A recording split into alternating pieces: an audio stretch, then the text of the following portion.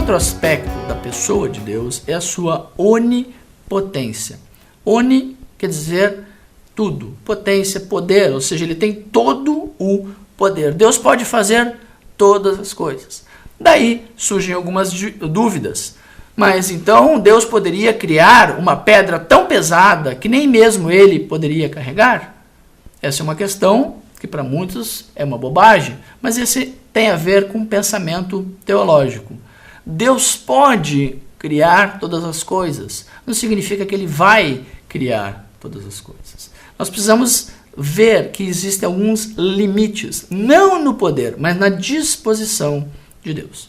Por exemplo, existem algumas limitações autoimpostas. A Bíblia diz que Deus não pode mentir. Deus é incapaz de mentir. Isso não tem a ver com aquilo que ele pode, mas sim a harmonia que existe entre a sua justiça, a sua sabedoria e a sua onipotência. Ou seja, Deus não é imperfeito, porque as coisas imperfeitas acontecem. Significa que ele permite algumas coisas baseadas nas leis estabelecidas da criação. Isso nos remete ao entendimento de que esses atributos comunicáveis são fáceis para nossa mente entender. Mas os atributos incomunicáveis, eles vão além. E a partir daí, muita confusão pode surgir. O atributo da onipresença. Deus está presente em todos os lugares. A onipresença não pode ser confundida com o panteísmo. O que é o panteísmo? Pan, tudo, teísmo, Deus. Tudo é Deus. Então, uma pedra é Deus, o macaco é Deus, a nuvem é Deus. Não. Deus está em todos os lugares ao mesmo tempo, mas ele não é necessariamente aquilo. Eu posso entender a onipresença de Deus quando leio, por exemplo, o Salmo 139. Davi fala que não importa onde ele for, Deus estará presente.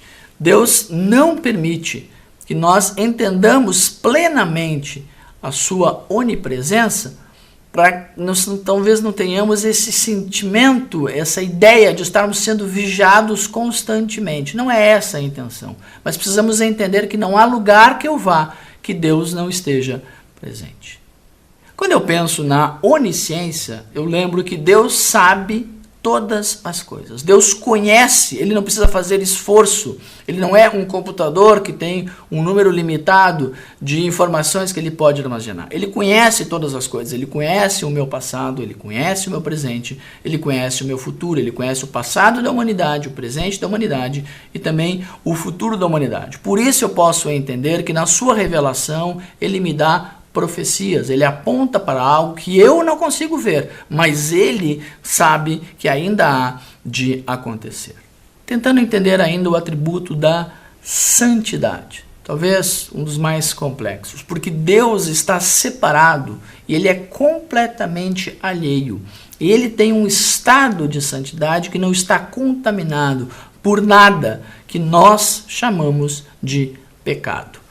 Quando o ser humano pecou, nós veremos isso em outras aulas, ele perdeu o seu estado de santidade. Deus manteve esta santidade, ou seja, tudo que Deus fez, tudo que Deus faz e tudo que Deus fará está imaculado, não está contaminado pela imperfeição.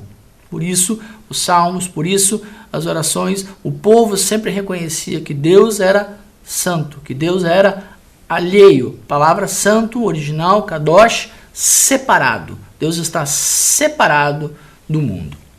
Simplicidade. Deus não é um ser complexo, com dezenas de partes e pedaços. Ele, na sua essência, é simples. A Bíblia fala em João 4:24, Deus é Espírito. Esse sentimento que nós podemos ter muitas vezes a respeito de Deus ser uma coisa desconhecida ou impossível de ser percebida, cai por terra quando eu entendo que nos atributos de Deus está a simplicidade. Soberania. Deus, em primeiro lugar, tem o controle de todas as coisas. A Bíblia faz a imagem de um rei, aquele que está assentado sobre todas as coisas. Ele, tendo o poder, todo o poder, a onipotência, ele pode fazer o que bem entender, mas ele não usa isso simplesmente para se vangloriar. Ele nos transmite através da sua palavra de que ele mantém em si o controle de todas as coisas. Nada escapa ao controle de Deus. Por mais que nós não entendamos isso, significa que Deus está sempre preocupado, sempre sabendo o que está acontecendo e tem sobre si o poder da vida e da morte. Unidade. Deus é um só. Mais tarde nós falaremos sobre a Trindade, sobre Deus Pai, Filho e Espírito Santo. Mas desde o início Israel foi ensinado o Shema, que é o convite, a entoação para se conhecer a Deus. Ele diz: ouve Israel, o Senhor teu Deus é o único Deus. Nós entendemos que Deus é um só, ainda que se apresente em três pessoas distintas. Verdade. Deus é coerente consigo mesmo. Tudo aquilo que ele é, tudo aquilo que ele faz, tem a ver com a verdade que ele estabeleceu. Quando nós estudamos as Escrituras, quando nós estudamos a teologia, tentamos conhecer um pouco mais de Deus, nós não estamos trabalhando com fábulas, com ideias humanas, com filosofias. Nós estamos trabalhando com a verdade, com aquilo que ele quer mostrar e aquilo que ele é. Concluímos assim a nossa segunda videoaula. Este é o curso de Teologia Básica do Prime Teologia.